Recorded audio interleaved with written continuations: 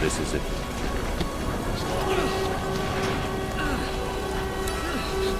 This is your story.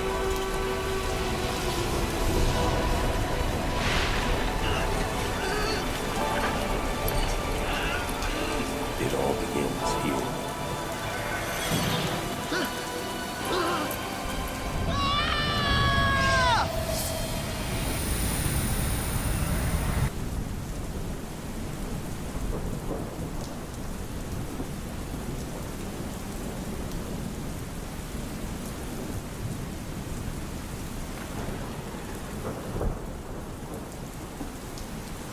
Layer 1. Some of the monsters you kill were once people.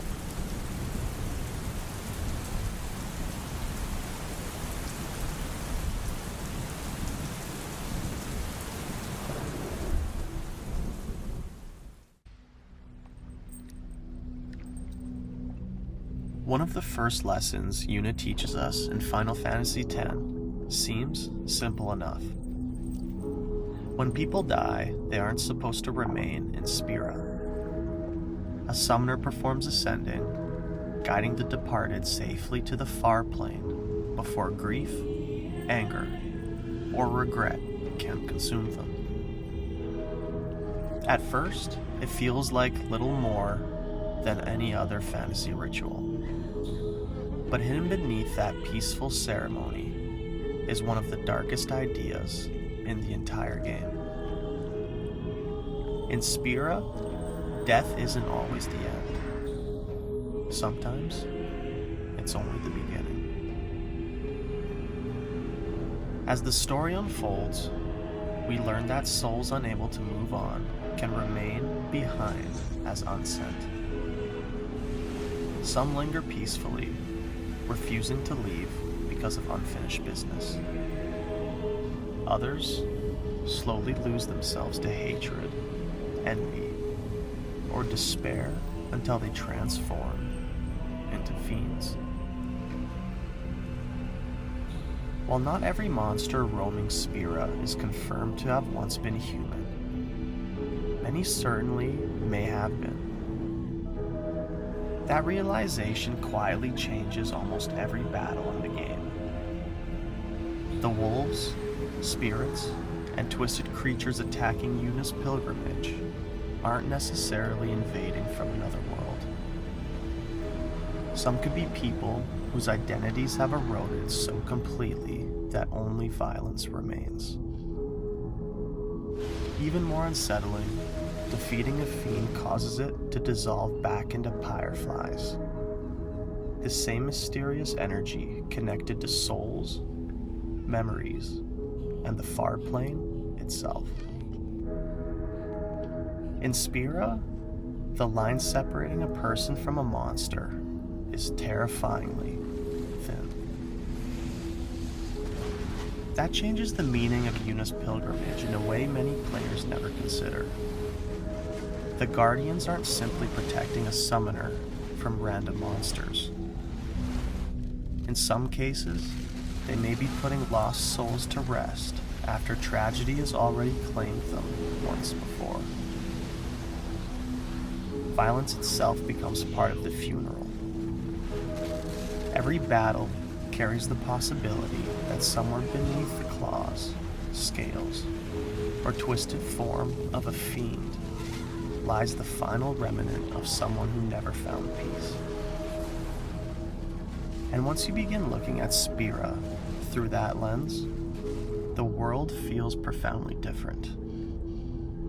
The greatest threat isn't sin. It's the quiet realization that death has become so common and so deeply woven into everyday life that people have stopped questioning what happens to those who never truly leave.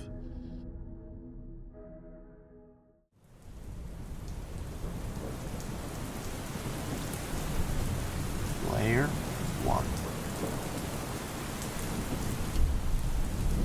Spira is ruled by dead men.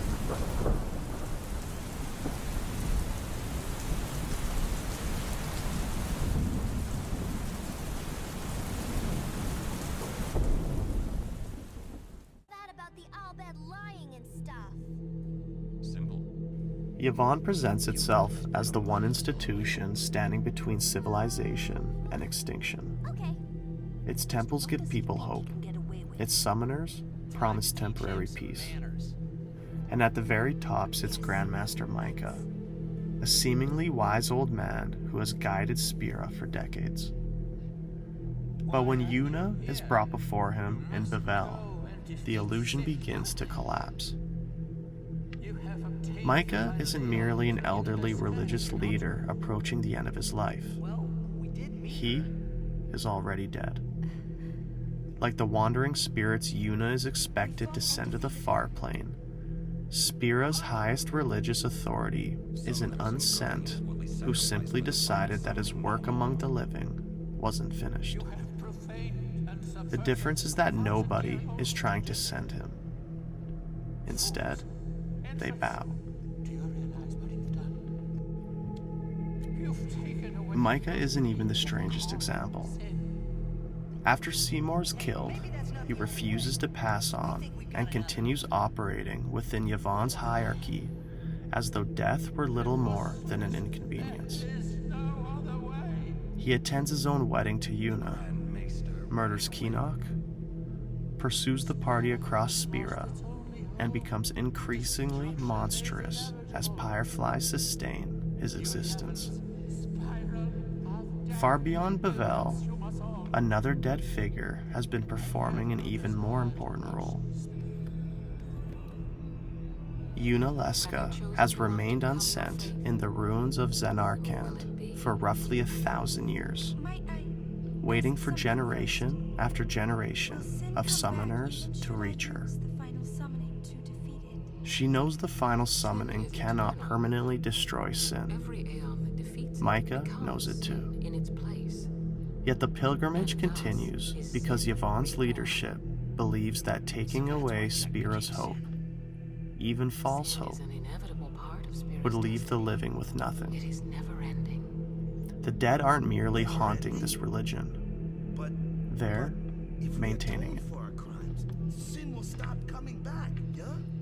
And that's where Yvonne's teachings become deeply unsettling. Ordinary people are warned that remaining in Spira after death is dangerous. Grief can become envy. Envy can become hatred. And eventually, an unsent soul may deteriorate into something monstrous. Summoners exist partly to prevent exactly that. Yet, some of the most powerful figures in Yvonne are permitted to violate the same boundary because their authority supposedly makes their continued existence necessary. The people of Spira spend their lives preparing to die, while dead leaders preserve a system that ensures the cycle continues. Sin returns.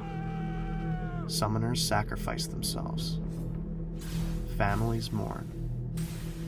Another calm begins, and eventually another generation is sent toward Zenarkand. From that perspective, Yvonne's darkest secret isn't simply that its religion contains lies. It's that for centuries, the living have been taught how to accept death by people who refused to accept their own. Now choose. Who will be your faith? Who will be the one to renew Spira's hope?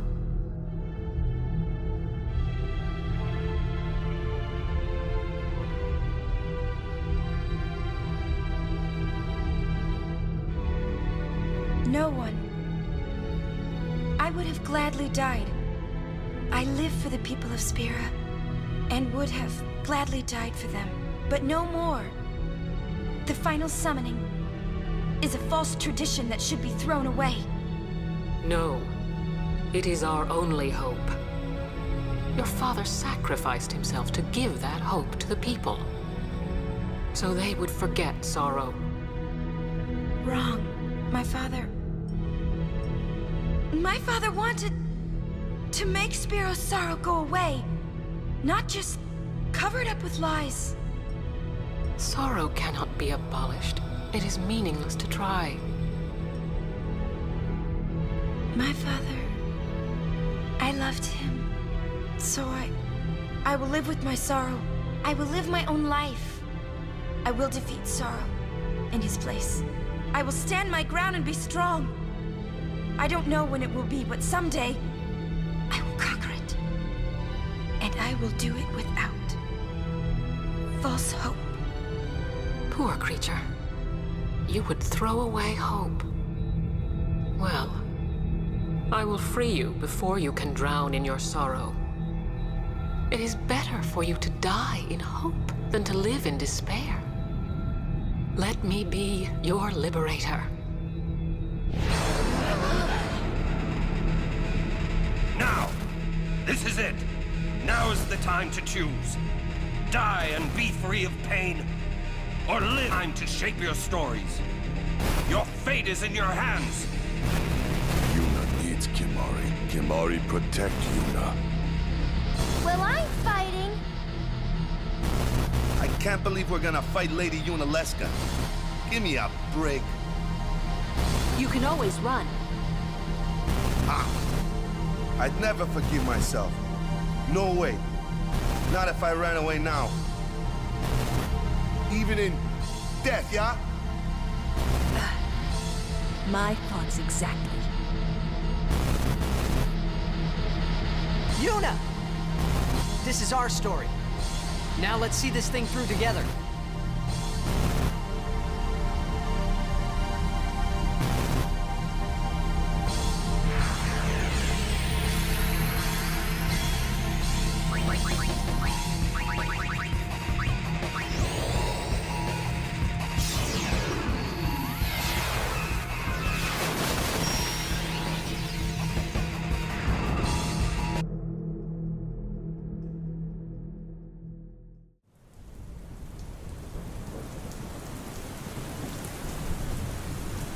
Layer 1. Titus was raised by a dead man.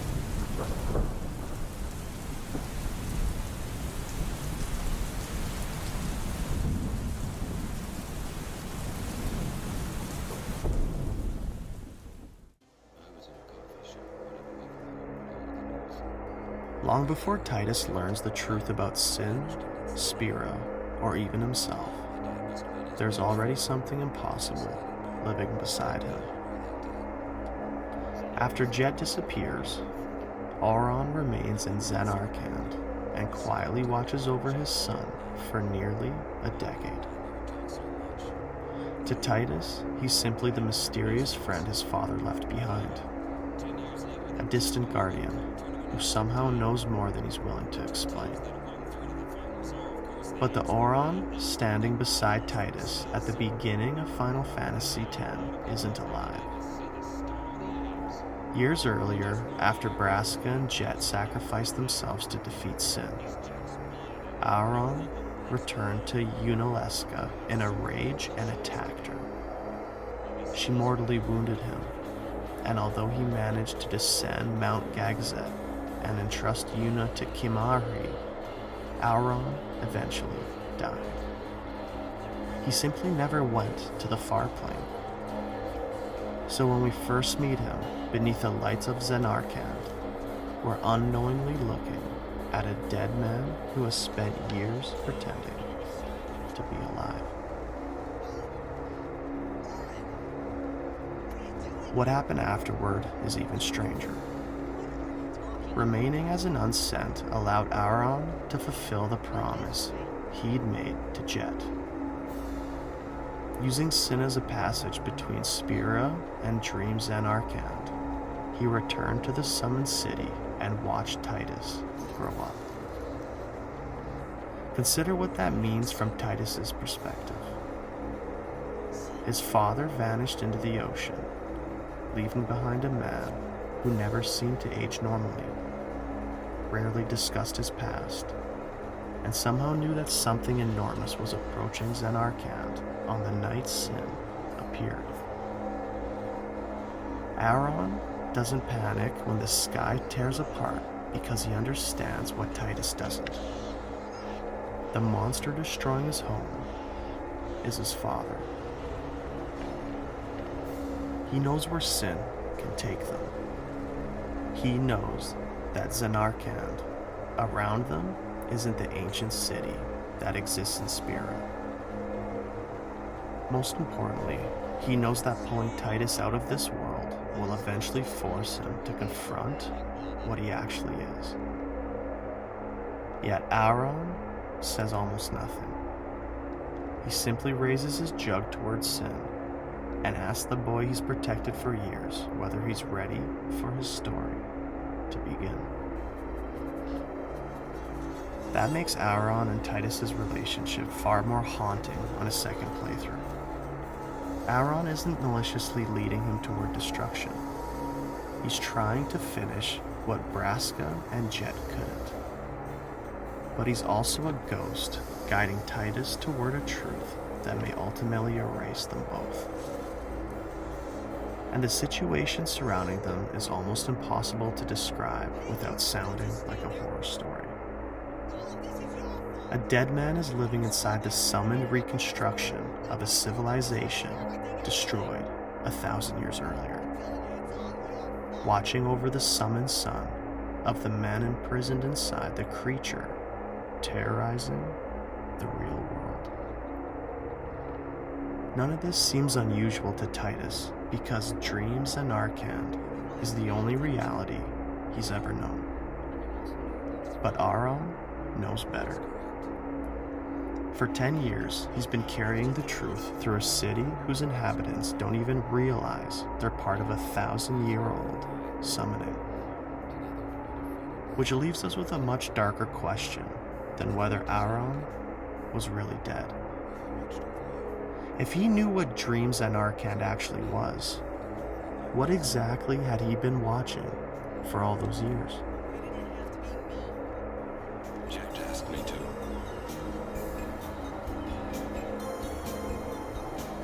Is he alive? It depends on what you mean by alive. He is no longer human. But then, I felt something object there in that shell, couldn't you? You must have felt him when you came in contact with sin.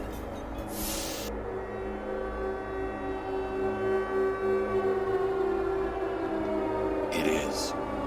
Sin is Jigged.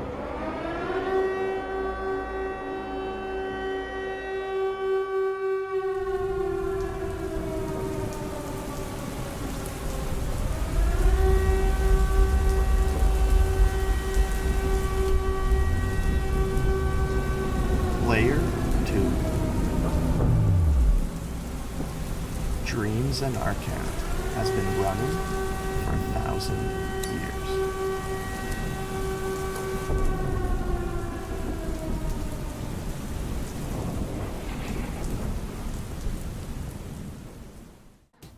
Promise? When Titus talks about Zanarkand, he never describes it like a dream. To him, it has always been home. A sprawling city of lights, packed stadiums, apartments, highways, families, and ordinary people living ordinary lives. That's what makes the truth so disturbing. The Zanarkand Titus remembers isn't the ancient city whose ruins Yuna eventually reaches. That civilization was destroyed roughly 1,000 years earlier during the war with Bavel. As defeat became inevitable, Yu Yvonne transformed Zanarkand's surviving people into faith and used their memories to summon another version of their home. Somewhere far from Spira's mainland, that summoning continued. Generation after generation lived inside it, completely unaware that the city around them existed because thousands of souls were still dreaming it into existence. Coming through, sorry. Hey! But Dreams and Zanarkand isn't simply a frozen photograph of the city that died. That's where the idea becomes much stranger. Titus belongs to a generation born roughly 1,000 years after the original Zanarkand disappeared. He has childhood memories, friendships, rivalries, and a career as a blitzball player. Jet had a life before him, and Titus's mother lived and died there as well. Whatever Yvonne created, it became capable of sustaining an entire continuing society. Many inside the summoning could grow up, fall in love, have children, and die without apparently realizing that their world depended upon an ancient ritual occurring somewhere beyond their perception. The game never explains every rule governing this existence, leaving behind unsettling questions. How closely does the modern city still resemble the memories that originally created it? What happens to someone who dies there? And after 1,000 years of new lives and new memories, how much of Dreams and Arkand still belongs to the people dreaming it?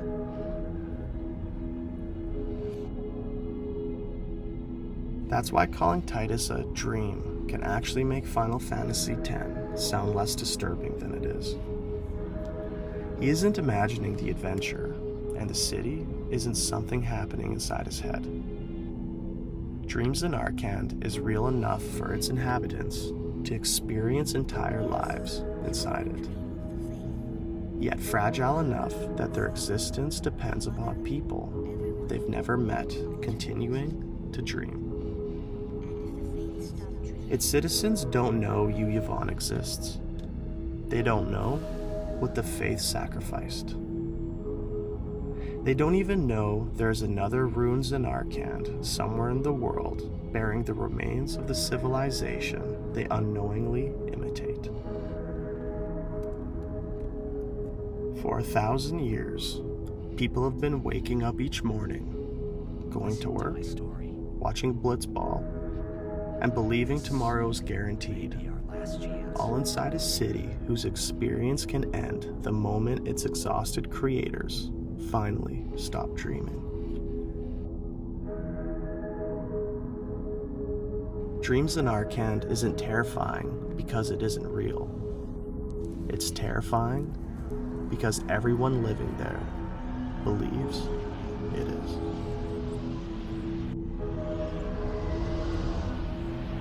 Dad? I know. The final summoning's gone. But I'll think of something. Just give me a little more time.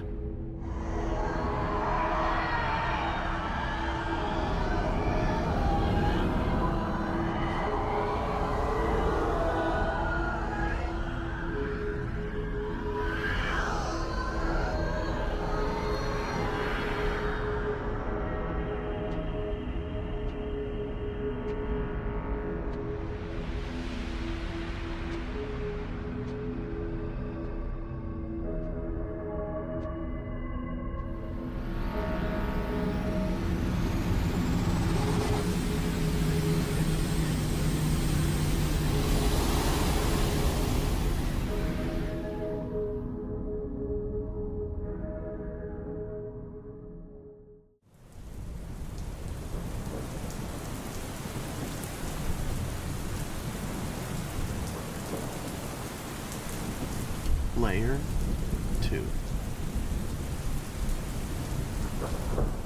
Seymour's mother became the monster Anima.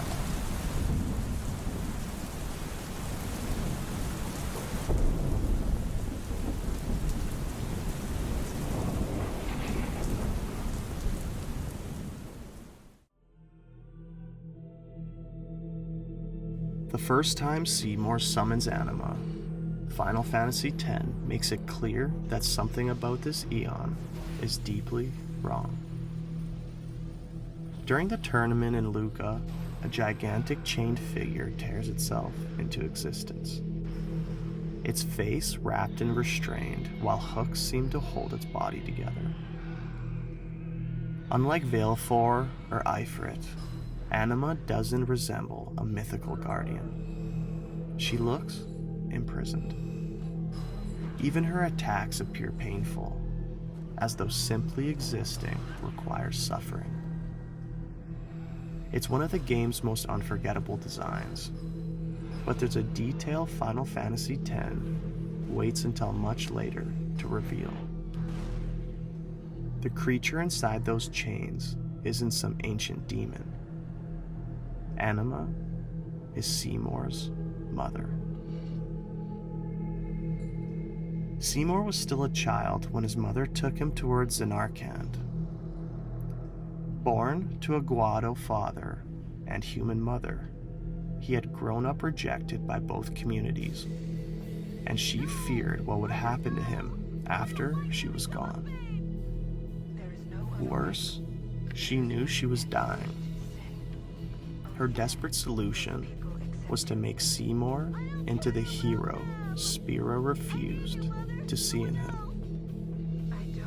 If she became his faith, Seymour could use her as his final Eon, defeat sin, and return as the child who had saved the world. But Seymour didn't want glory. He didn't want an Eon. He wanted his mother. The plan ultimately left behind something far more tragic.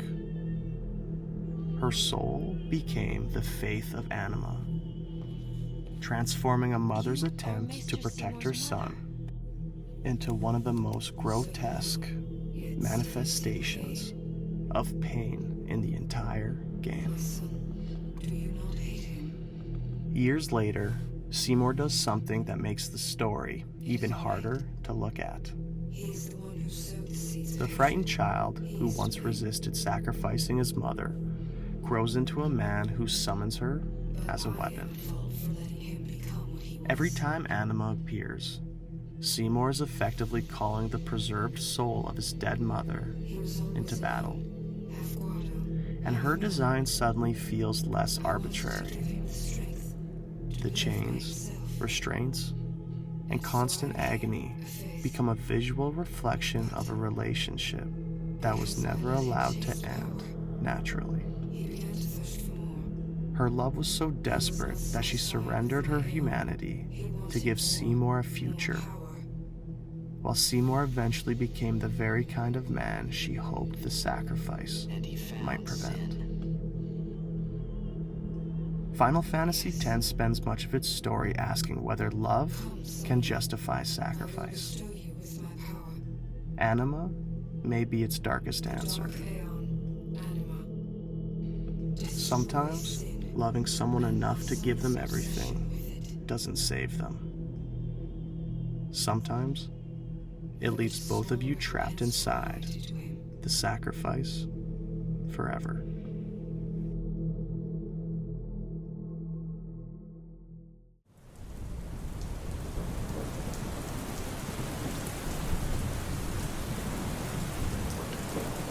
Layer 2. Spira is built on top of dead civilizations.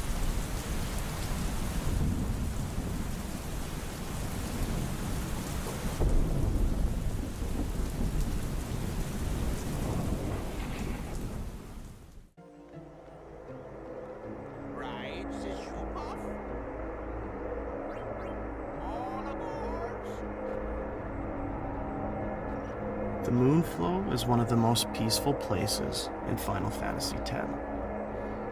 Its water glows beneath the fireflies. Enormous shoe puffs carry travelers from one shore to the other.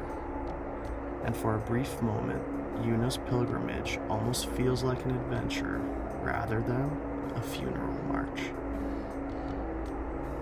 Then you look beneath the surface. Half submerged in the water are enormous pieces of architecture. A sunken city.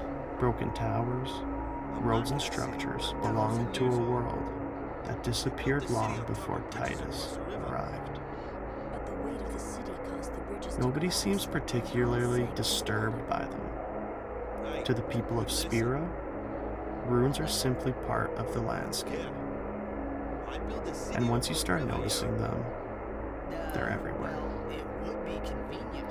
Beneath the colorful forests, beaches, and plains of Final Fantasy X lies something much darker. Spira is a world repeatedly built over the remains of civilizations that came before it. Sin is the reason that cycle never seems to end.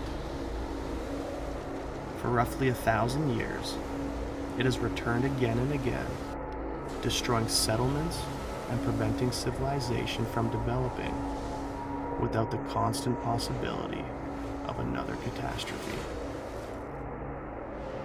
Yet sin isn't responsible for every ruin we encounter. Spira was already scarred by conflict before its creation, most famously through the ancient war between Bavel and Zanarkand, when powerful Machina had transformed warfare itself. What remains is a landscape where different eras seem to have collapsed on top of one another. The moonflow conceals submerged structures beneath its beautiful water. The calm lands are peaceful precisely because they become a recurring battlefield where summoners confronted sin. Forgotten machinery sits abandoned across the countryside, while enormous structures belonging to previous civilizations have become so ordinary that travelers walk past them without asking who built them. Titus sees ruins because they're unusual to him. Spira barely notices because ruin is normal. That may be one of the quietest ways Final Fantasy X communicates what 1,000 years of sin has actually done. Most post-apocalyptic stories begin after civilization collapses, when survivors still remember what was lost. Spira is different. The catastrophe has lasted so long that people have forgotten most of the worlds buried underneath them. Children are born beside ruins they cannot name. Roads pass through battlefields whose dead disappeared centuries earlier. Ancient machines are discovered without anyone knowing exactly who created them. And communities rebuild, knowing that eventually sin may return and erase everything again. Spira isn't waiting for the apocalypse. The apocalypse happened 1,000 years ago, and it never stopped. What Titus mistakes for a beautiful fantasy world may actually be the latest thin layer of civilization growing across an enormous graveyard. One where nobody can remember how many times humanity has already started over.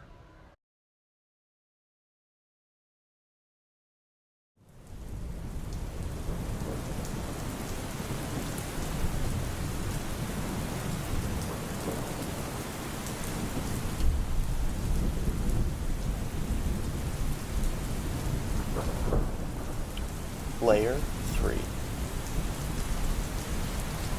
Every sin was once someone's loved one.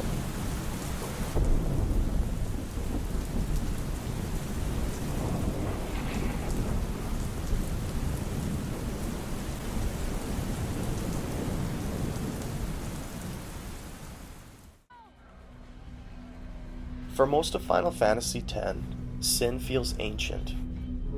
Less like a creature that was ever born, and more like a natural disaster that has always existed. Then Titus learns the truth about Jet, and suddenly the monster becomes painfully human. His father didn't simply disappear from dreams in Arkand and somehow become trapped inside sin.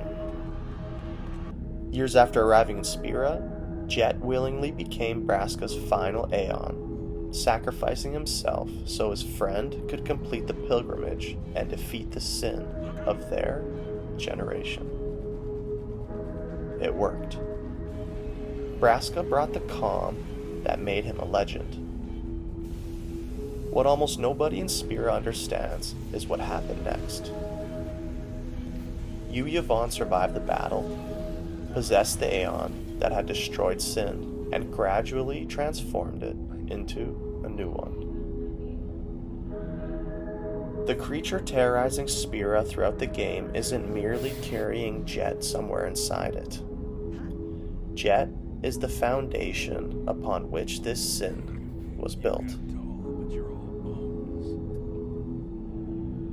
Once you understand that process, the history of sin becomes considerably darker. Jet wasn't the first guardian to make this sacrifice. 1,000 years earlier, Yunalesca's husband Zeon became her final Aeon, establishing the ritual that generations of summoners would eventually follow. That's not funny. The final summoning requires an extraordinary bond between two people, meaning Spira's greatest weapon is created through love, loyalty, and someone's willingness to die for another person. Yet that bond doesn't destroy the cycle, it feeds it. The Guardian becomes an Aeon. The Aeon kills sin. Yvonne takes the Aeon, and eventually another sin emerges. Between Zeon and Jet lie centuries of calms and forgotten pilgrimages, leaving an unsettling implication behind. The different sins that haunted Spira may each have begun as someone standing beside a summoner they loved enough to sacrifice themselves for. That makes every appearance of sin feel different. When people flee from the creature, they're running from the remains of somebody else's hero. When Yvonne celebrates another successful pilgrimage, the population doesn't realize that the person responsible for their salvation may already be becoming the monster their children will someday fear. Jet is especially tragic because some part of him still survives inside that transformation. He approaches Titus. He responds to the hymn of the faith. Eventually, he admits that maintaining control is becoming harder, as though the human being inside sin is slowly being swallowed by the role forced upon him. The cycle doesn't merely kill Spira's heroes. It takes the people willing to make the greatest sacrifice and turns their love into the mechanism that guarantees another generation will suffer. Every calm begins with someone defeating sin. But somewhere inside that victory, the next sin has already been born.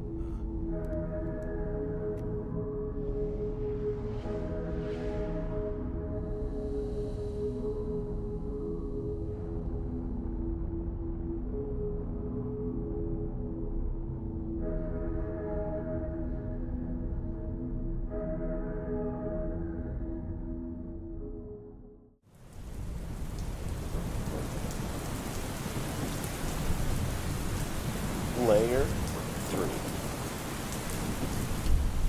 The calm is part of the horror.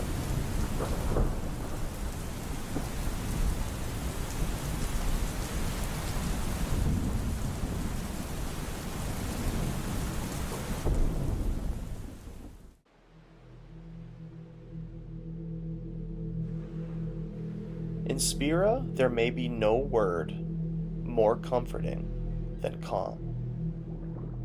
It describes the previous period after a summoner defeats sin, when the oceans become safe, destroyed communities begin rebuilding, and an entire civilization can briefly imagine a future without fear. High summoners who achieve one are immortalized as heroes. Their statues fill the temples. Their names survive for generations, and children like Yuna grow up believing there is no greater purpose than following in their footsteps. But hidden inside that celebration is something profoundly bleak. Nobody expects the calm to last. Sin will return. Everyone knows it. Spira has lived with this pattern for so long that permanently ending the catastrophe has almost disappeared from the definition of victory. People aren't celebrating because the nightmare is over. They're celebrating because the nightmare has stopped for a little while. That changes the pilgrimage from a heroic tradition into something resembling a carefully maintained cycle of hope and grief. A summoner leaves home knowing the journey is expected to end in sacrifice.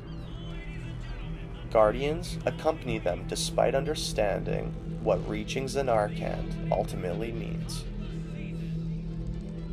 When the summoner succeeds, statues are raised and another calm begins, giving the survivors enough time to rebuild before sin inevitably returns and the process starts again.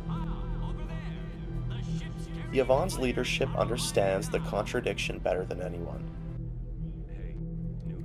Micah knows the final summoning cannot permanently destroy sin. Yet when Yuna threatens to abandon the established path, his greatest fear isn't merely theological rebellion. Without the final summoning, there may be no more calms.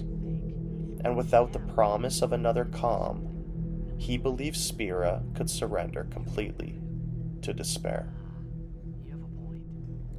Yvonne therefore preserves a solution it knows cannot solve anything, because temporary hope has become the mechanism keeping civilization obedient, functional, and alive.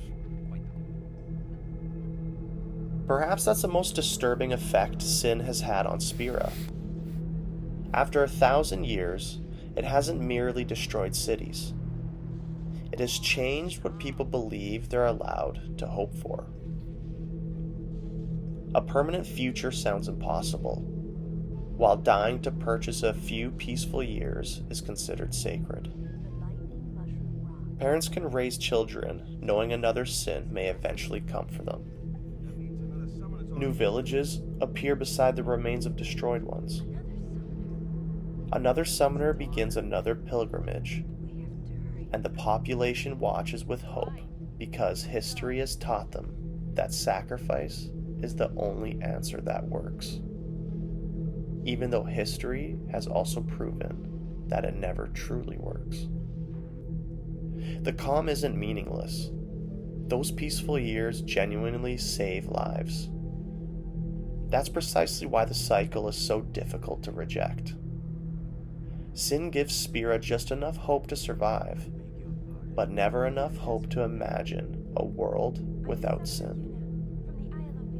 And after centuries of accepting that bargain, the most frightening prison in Final Fantasy X may not be sin itself. It may be a civilization that has forgotten freedom was ever an option. She knew what she was doing when she chose to become a summoner. To face sin, yeah? You knew. But Waka, that's just totally wrong. Summoners shouldn't have to sacrifice themselves, just so the rest of Spira can be happy, right?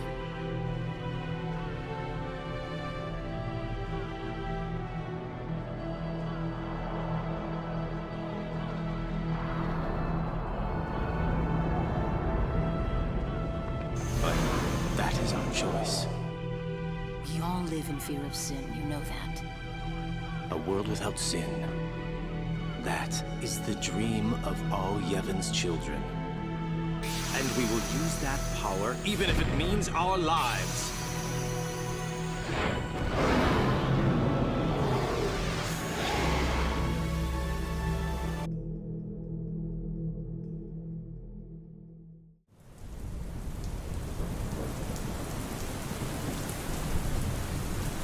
Layer 3.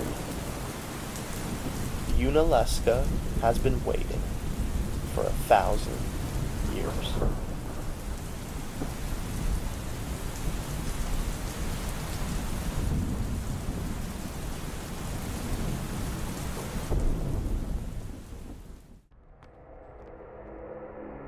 By the time Yuna reaches the ruins of Zanarkand, countless summoners have already walked the same path. Inside the dome, their memories still flicker through the darkness, ghostly fragments preserved in fireflies, showing guardians arguing, summoners making impossible decisions, and people preparing to sacrifice someone they love. These aren't visions of some distant mythology. They're remnants of a previous pilgrimages that ended exactly where Yuna's is supposed to end. Waiting beyond them is Unaleska, the first summoner credited with defeating Sin roughly 1,000 years earlier. Her husband Zeon became the final Aeon that made the victory possible. Unaleska died afterward, but instead of passing to the far plane, she remained behind as an unsettled.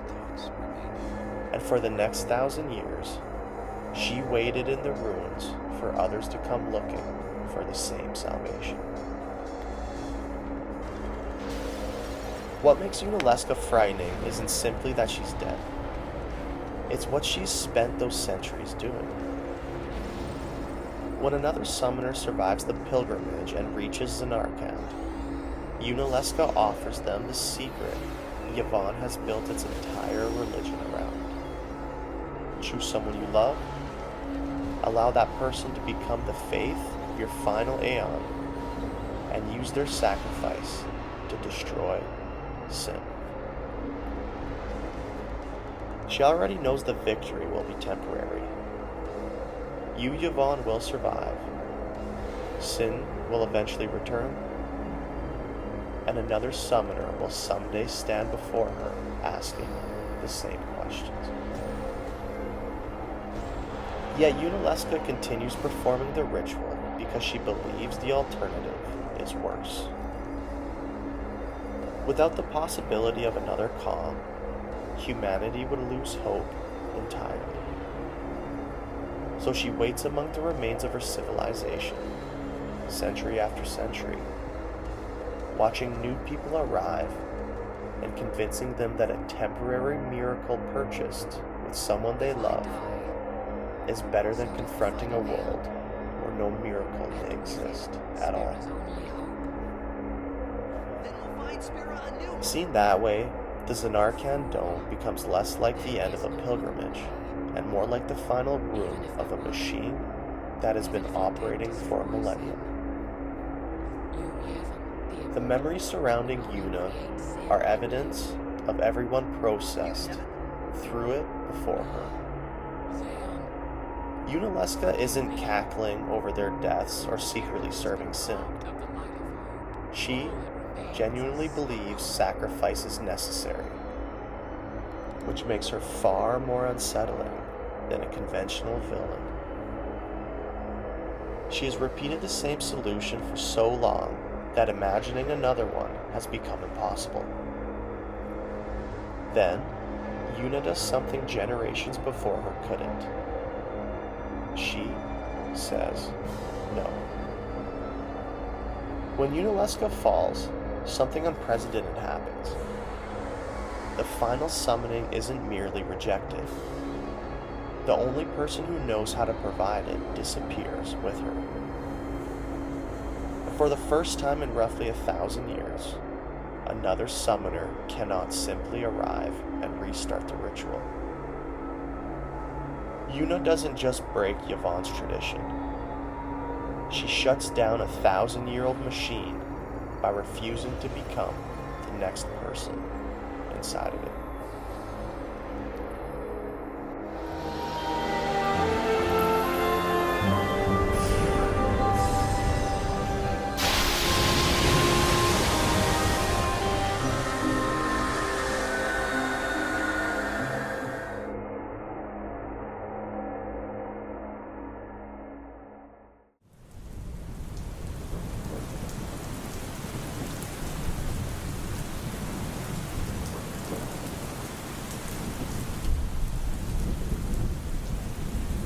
Layer 4.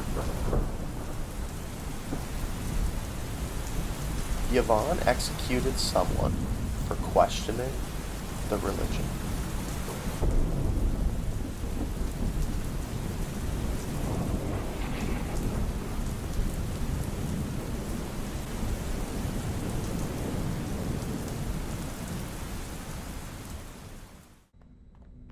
What is this place? 700 years ago. Hidden far from the pilgrimage is one of Final Fantasy X's most dangerous optional locations, the Omega Ruins. Omega's loathing of heaven There are no temples here, no settlements, and no friendly travelers waiting at the entrance. So he's Even the map has to be discovered from the airship before Titus can reach it. Somewhere inside this enormous underground labyrinth waits Omega Weapon, a monster most players understandably treat as another secret superboss. But Omega wasn't always a monster. According to Spira's history, roughly 700 years earlier, Omega was a follower of Yvonne who began questioning the religion's teachings. His doubts eventually became open rebellion. Yvonne branded him as heretic, condemned him, and executed him. Yet death didn't silence Omega. His hatred remained in Spira, consuming whatever was left of him until the man who questioned Yvonne became one of the most powerful fiends in the world. What makes the story so unsettling is everything the player already knows by the time Omega is discovered. Yvonne really was hiding the truth. Its highest authorities knew the final summoning could never permanently destroy sin.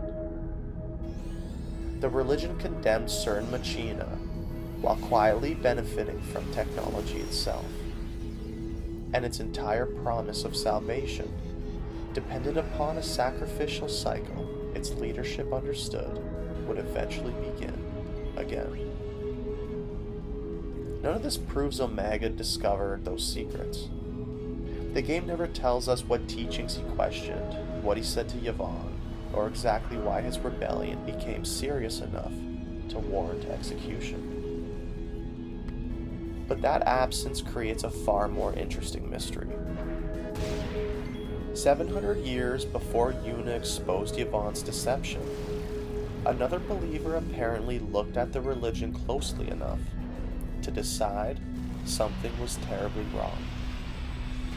Whatever Omega discovered died with him. Except Omega didn't really die. According to the lore surrounding the ruins, his hatred endured for centuries, eventually transforming him into Omega Weapon. His resentment was supposedly so powerful that it even produced another creature, Ultima Weapon, giving physical form to the rage that survived his execution. By the time Titus finds him, almost nothing recognizably human remains. No testimony, no explanation. Not even the original accusation against Yvonne. Only a monster hidden beneath Spira, carrying the name of a man condemned centuries earlier. Perhaps Omega was dangerous. Perhaps he was wrong. We simply don't know. But in a story where Yuna is eventually branded a traitor for discovering truths Yvonne desperately wants buried, Omega's forgotten history becomes difficult to ignore. Spira remembers him as a monster. What it no longer remembers is what the man was trying to tell them.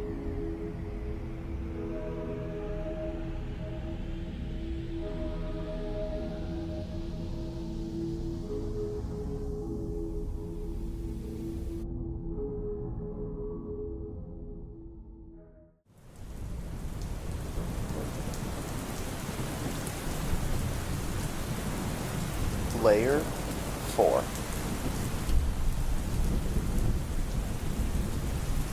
Someone stole a human soul.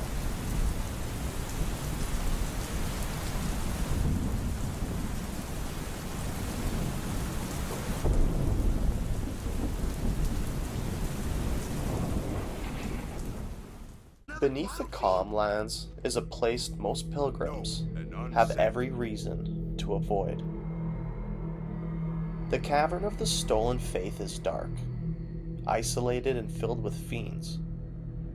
But its name describes something far stranger than a dangerous dungeon. It's you, is it not, Lady Ginham? Long before Yuna's pilgrimage, someone stole a faith and hid it inside these caves, I was too young. reportedly to prevent summoners from obtaining its power.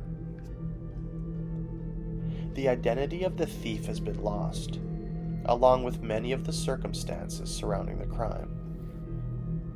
But calling it a stolen statue makes what happened sound almost harmless. A faith isn't simply a religious artifact. It is created from a human being whose soul has been bound to stone, allowing a summoner to manifest that person's Very well, dream then. as an eon. Allow me to perform my last duty to you. Whoever carried Yojimbo into this cavern wasn't merely stealing something from Yvonne. They were stealing what remained of a person. Even stranger is the reason given for hiding him. Yojimbo was supposedly removed to hinder the pilgrimages of summoners. Yet Final Fantasy X never identifies who wanted to do this, or what they actually believed. Was it simply hostility towards Yvonne? An attempt to weaken the temples? Or did someone understand enough about the pilgrimage to deliberately interfere with it? The game never gives us an answer, and that's where the mystery becomes interesting. By this point, we've learned that completing the traditional pilgrimage ultimately leads a summoner towards sacrifice, not permanent salvation. Whoever stole Yojimbo may have known none of that. But somewhere in Spira's forgotten history, somebody still decided that summoners should not reach the end of the path Yvonne had created for them. Their motive disappeared, while the person they stole remained underground, waiting to be found. And Yojimbo isn't the only abandoned soul inside the cavern.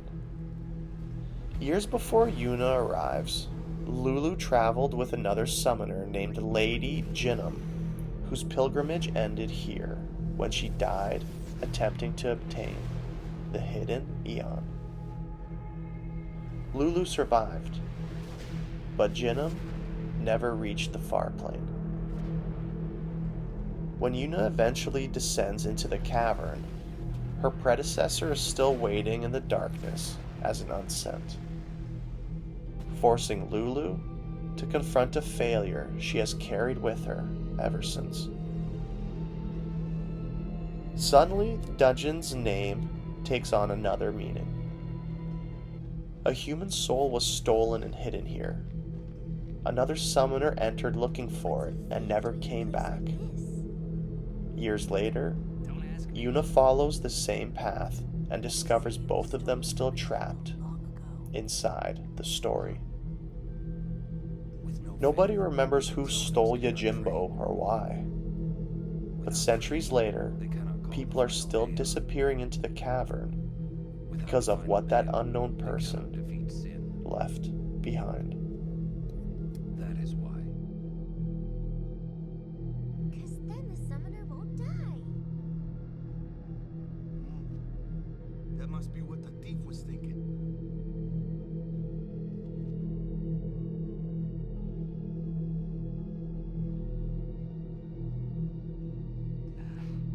I kinda agree with him.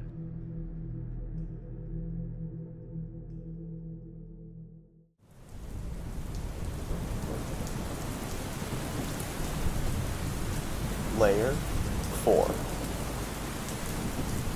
A temple where everyone is already dead.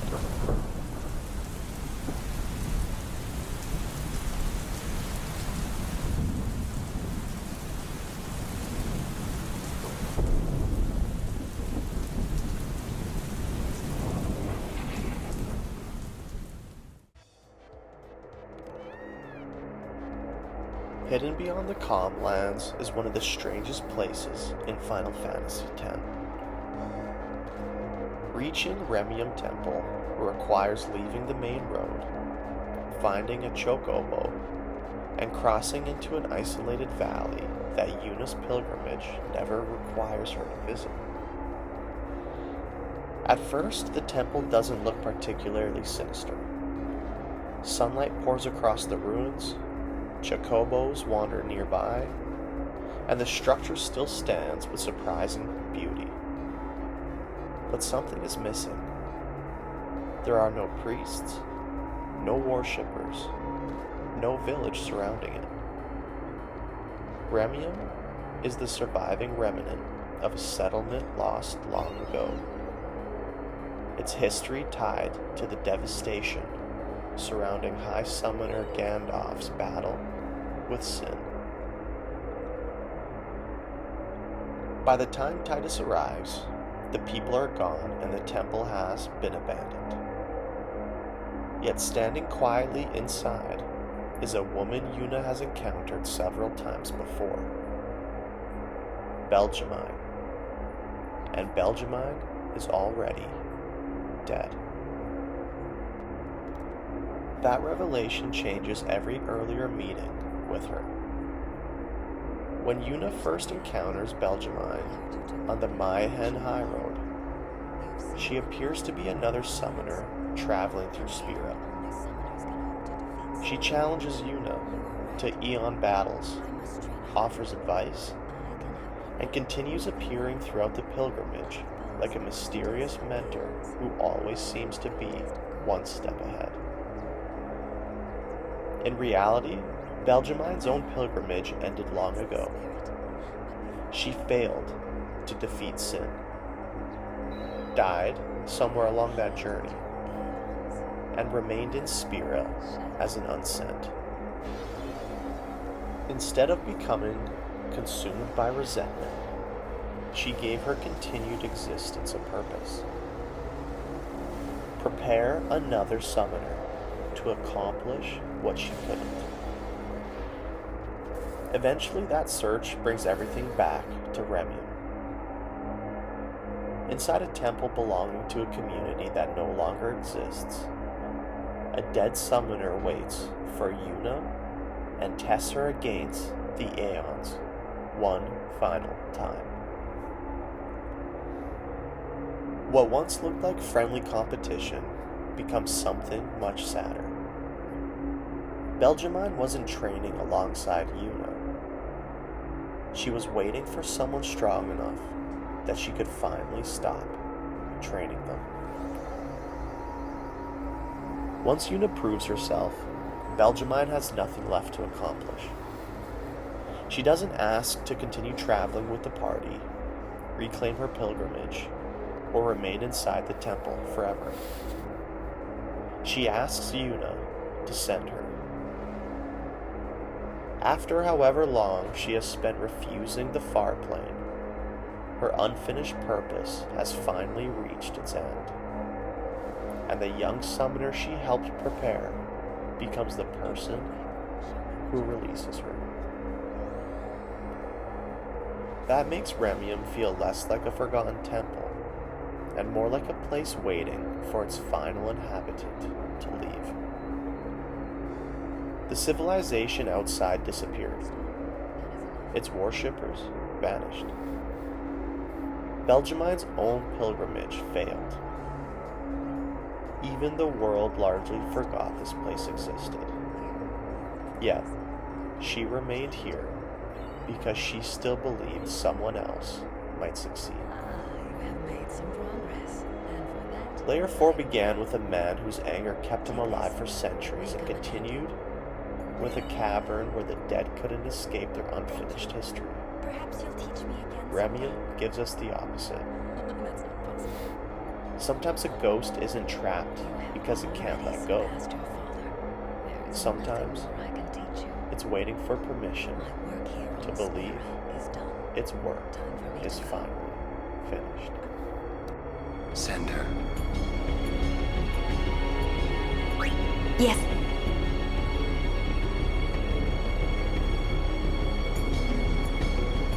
It is in your hands. Destroy sin and save Spira.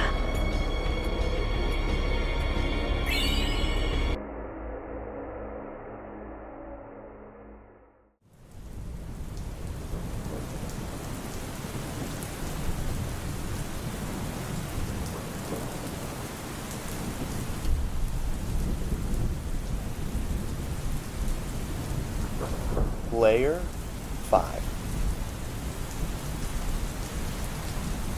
Sin's toxin scrambles your memories.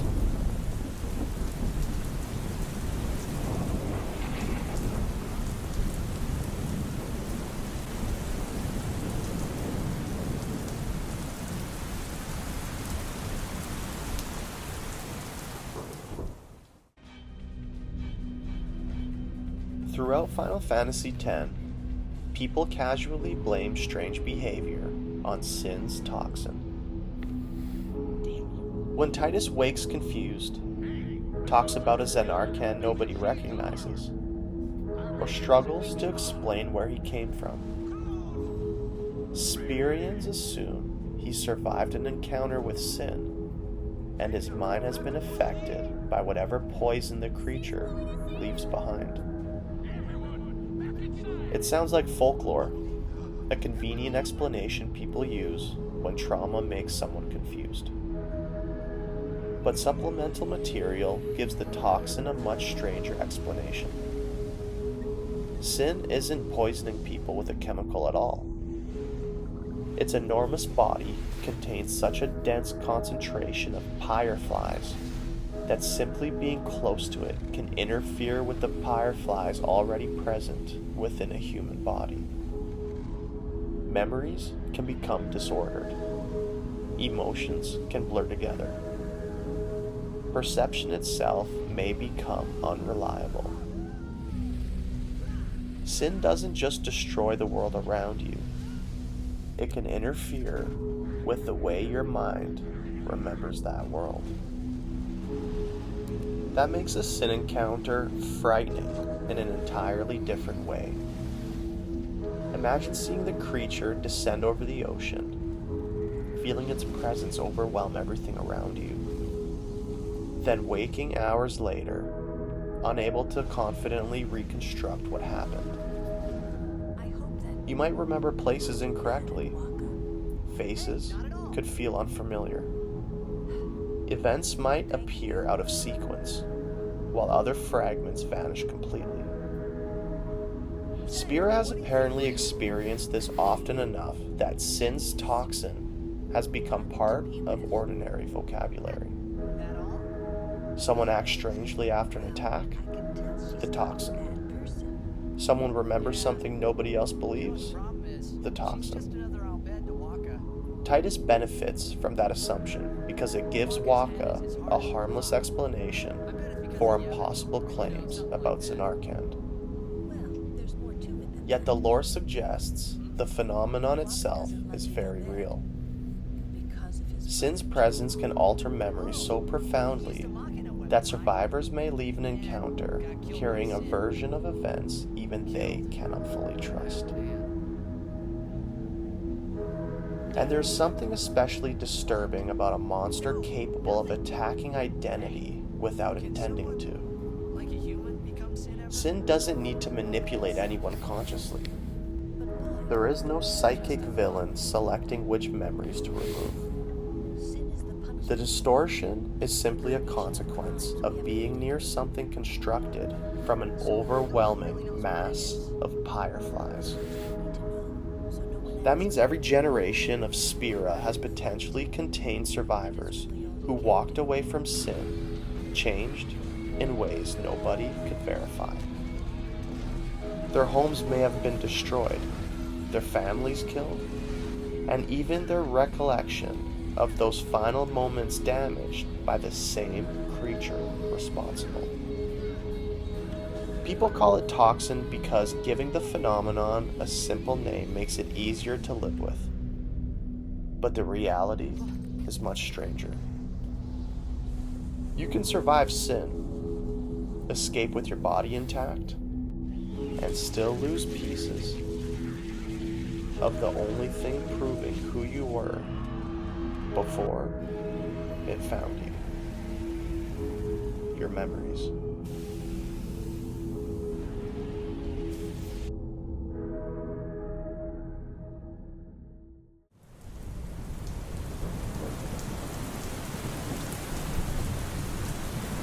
Layer 5. What is the monster arena old man actually creating?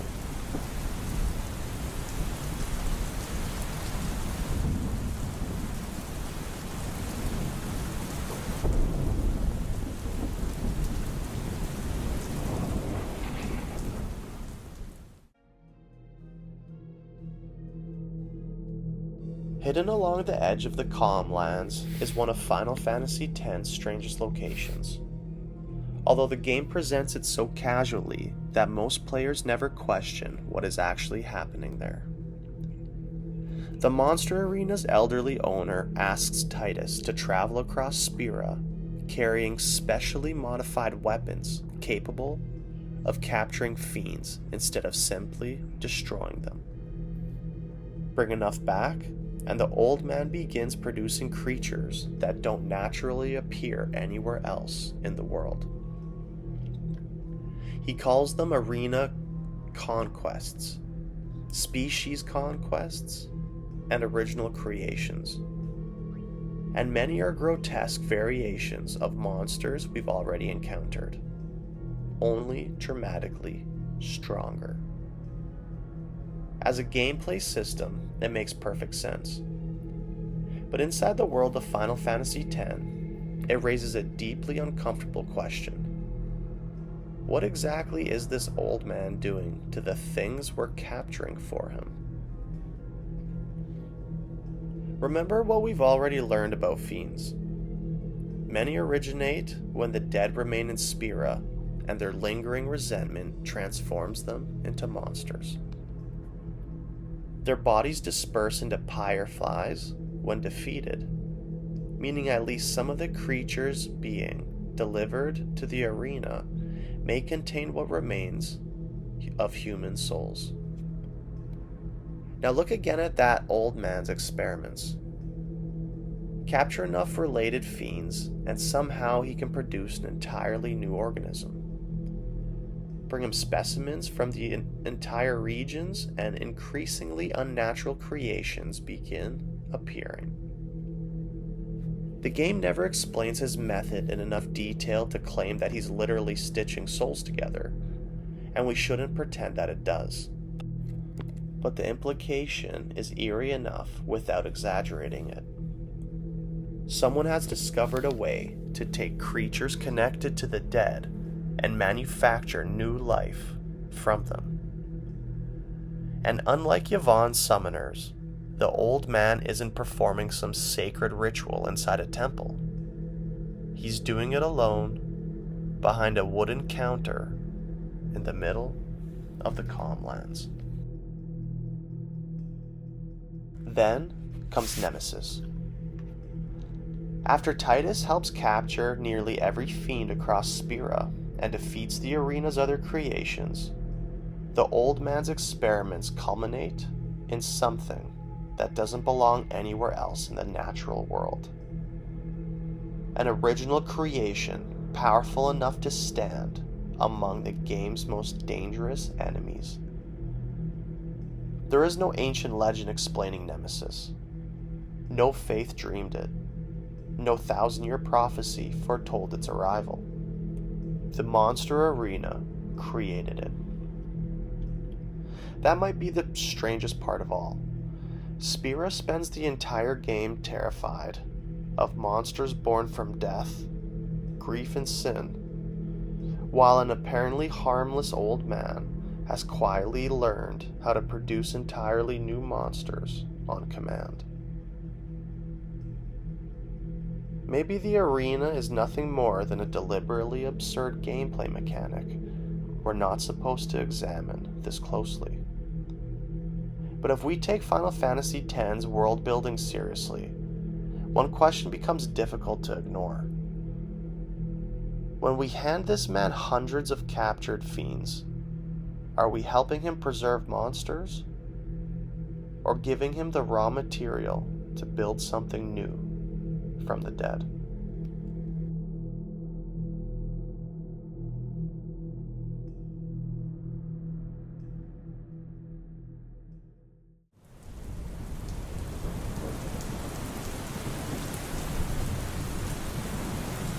Layer 5. Are the people in the far plane actually dead?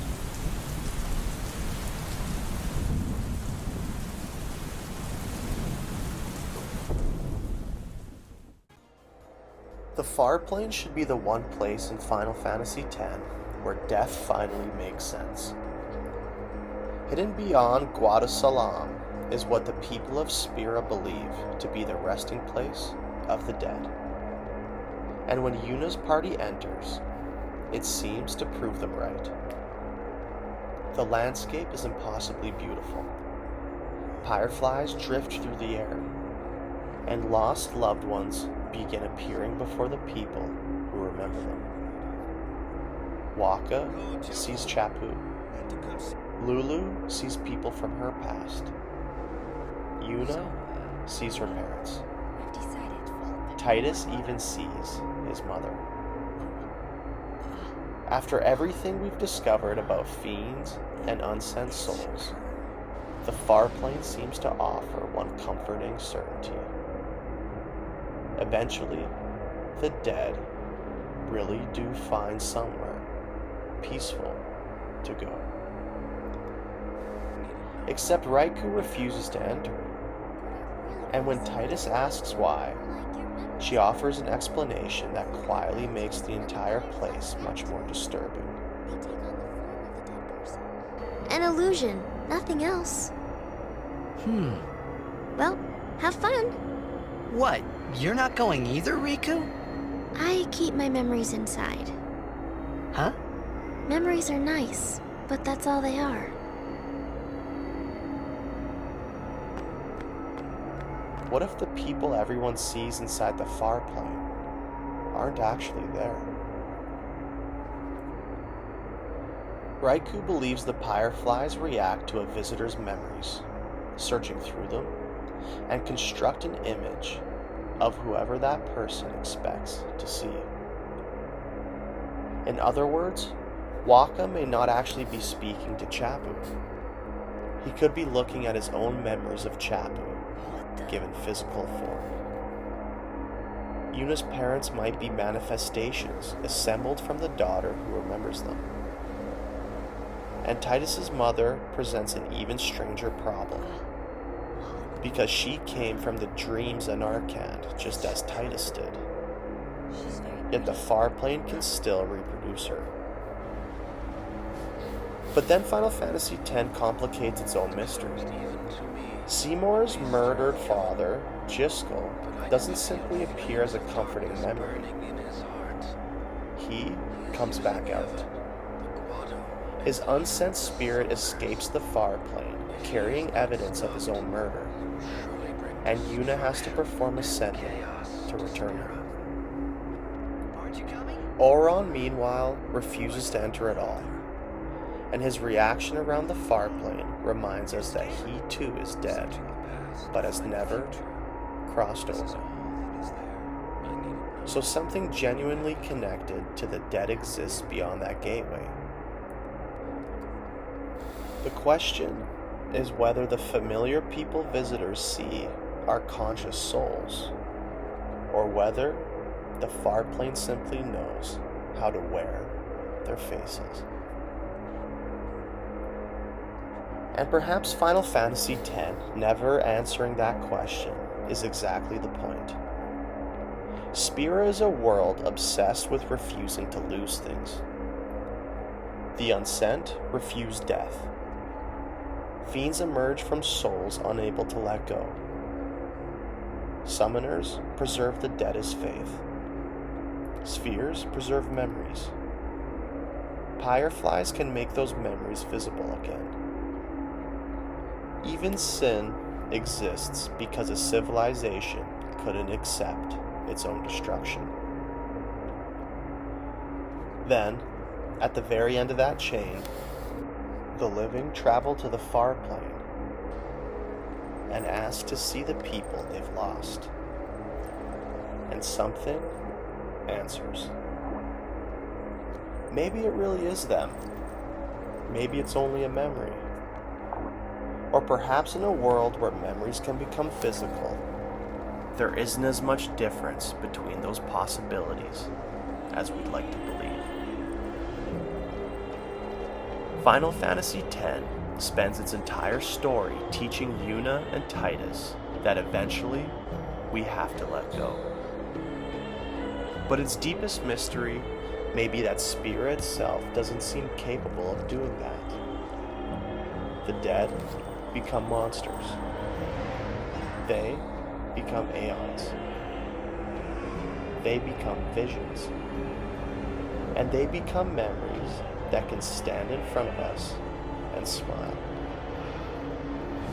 And after everything we've uncovered across this iceberg, perhaps the most disturbing question isn't where Spira's dead go. It's whether anything in Spira ever truly disappears at all.